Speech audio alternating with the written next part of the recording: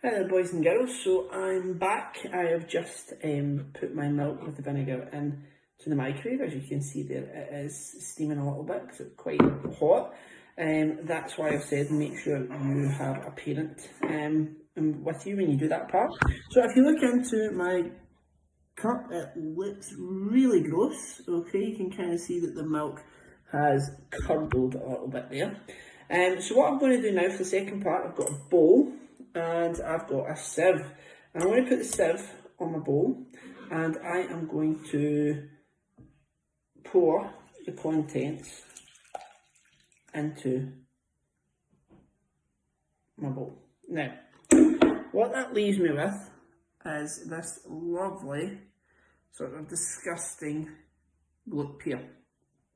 What I'm going to do is I'm going to try and make sure it is as drained as possible.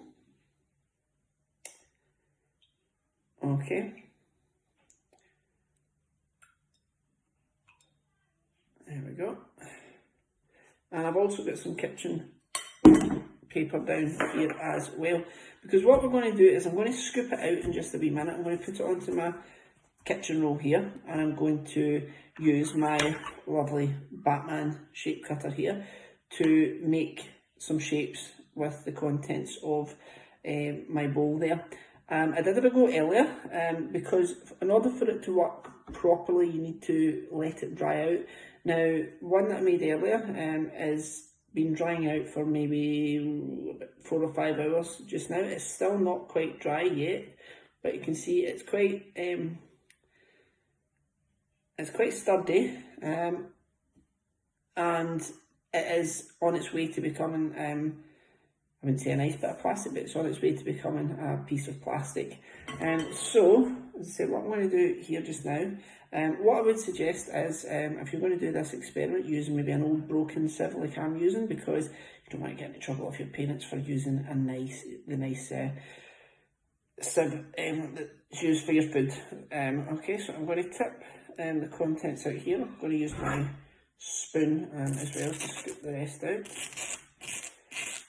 Okay. And then what I'm going to do, boys and girls, I've got the contents on my paper towel here just now. I'm going to fold the kitchen paper on top of it just to try and help dry it out just a little bit and take some of the moisture out of the water.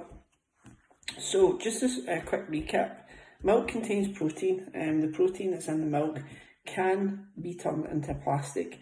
When you add the vinegar, the acid in the vinegar causes the molecules in the milk to create sort of wee chain links and join together. And when it cools off, you will have your plastic. And it was quite commonly used in the early parts of the 20th century.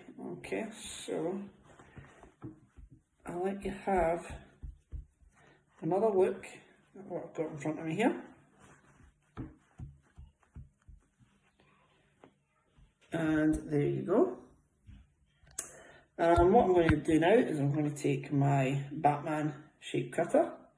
This is actually Alexander's for his Play-Doh. And I'm going to push it in nice and tight. I'm going to scoop out the rest in here and I'm just going to pop it all into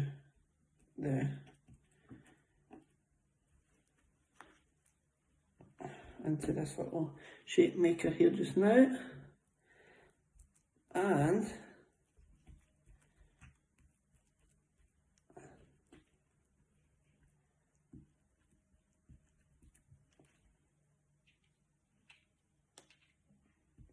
there we go.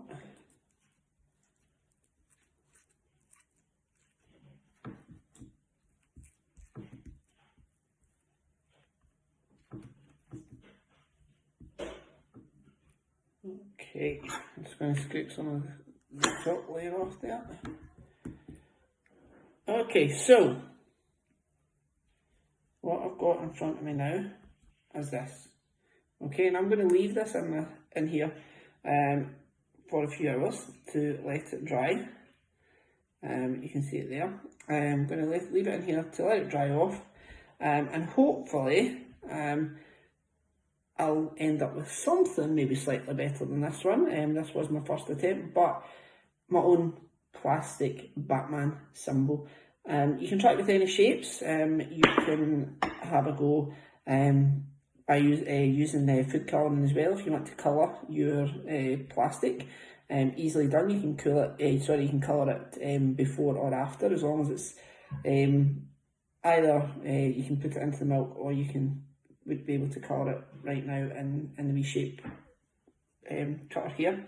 Okay, so if you have a go at that, show me some of your designs, show me some of the things that you make, and good luck with that.